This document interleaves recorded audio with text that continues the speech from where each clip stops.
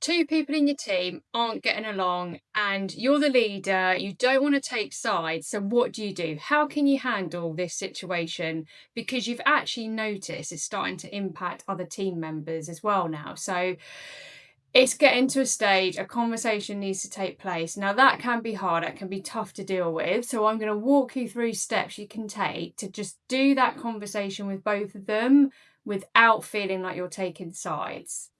So I'm Sarah, this is Leadership Diaries. We talk about the real challenges out there when you're a leader, not just the theory. So stick with me, check out my other videos. I'll keep adding content to help leaders like us get through these everyday situations. So I've been in HR for about 20 years now. I've dealt with all sorts of situations in that time. So I'm sharing my experience. This isn't professional legal advice, just my perspective and my experience of being able to manage those leadership challenges that we all have to face. So I'll tell you a story initially. I had two members in a team, both brilliant in their own way, really great work ethic. But for some reason, when they both worked together, their just sparks flew. And I think it's because of how passionate they were. So at first, I hoped, as we all do, that it would just sort itself out and I wouldn't need to intervene. They would just be adults and they'd be able to talk to each other and settle whatever differences it was that they had. But when I started to have team members coming and talking to me and just saying, oh, they can feel a bit of tension in the team, people are not really wanting to work with them anymore. Team meetings were getting a little bit intense. I thought, "Oh, I have to do something here. I cannot leave it any longer." So, this is how you can approach this situation if you have similar. So, what I did is I met with both of them individually. So, arranged a time that was calm, well thought out, prepared. Where is that meeting going to take place?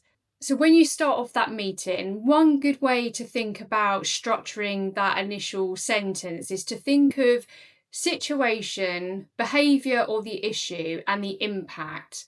So, in this scenario, that sentence could look like situation in last week's meeting, then the behaviour issue could be I noticed your response to whoever the individual is was a bit sharp.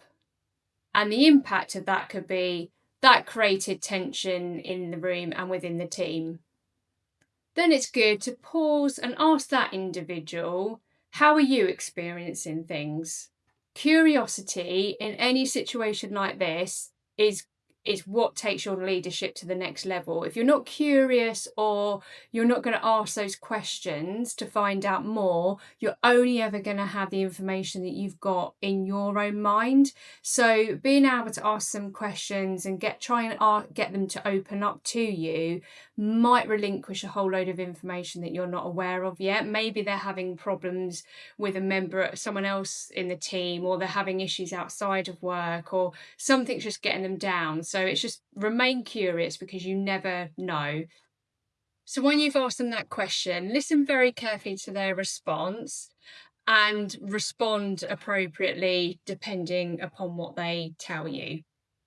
So you do that conversation with each individual, and then at that point, after you've spoken to both of them, you should have a fairly clear understanding from both of their perspectives of what is happening.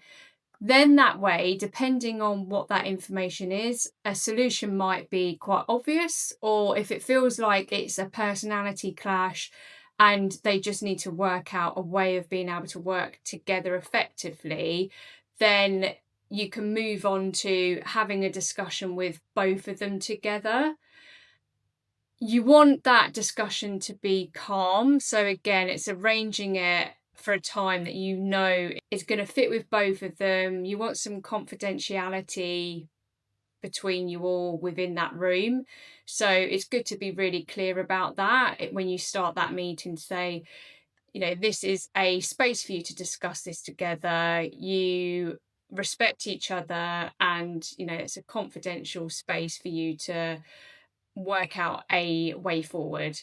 And you want to make it clear that the goal isn't about blame, It's not, whose fault is it?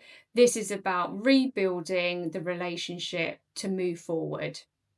So when you meet with both of them, it can be a question that you ask, which is, what do we all need from each other to move this forward?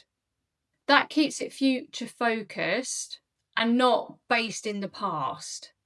Then as the last step, you want to be able to agree on an action plan, agree on what good collaboration looks like, and then set yourself a check-in for a week later to see how they're getting on. Then that way it's keeping that accountability and keeping it real rather than it just being a day agreement that gets forgotten about. One thing I always like to say, because I'm about real leadership, real stories, is I always think of the real formula in my head as well. So, with that conversation script that we went through, it's also good just to think of the real formula, which is R for reflect. And in this situation, that can be what is really causing the tension between the two people. E is for explain. So name what you've observed calmly and clearly. A is for ask. That's asking them without judgment, listening, responding. And then lead forward, which is about rebuilding that trust and setting clear expectations.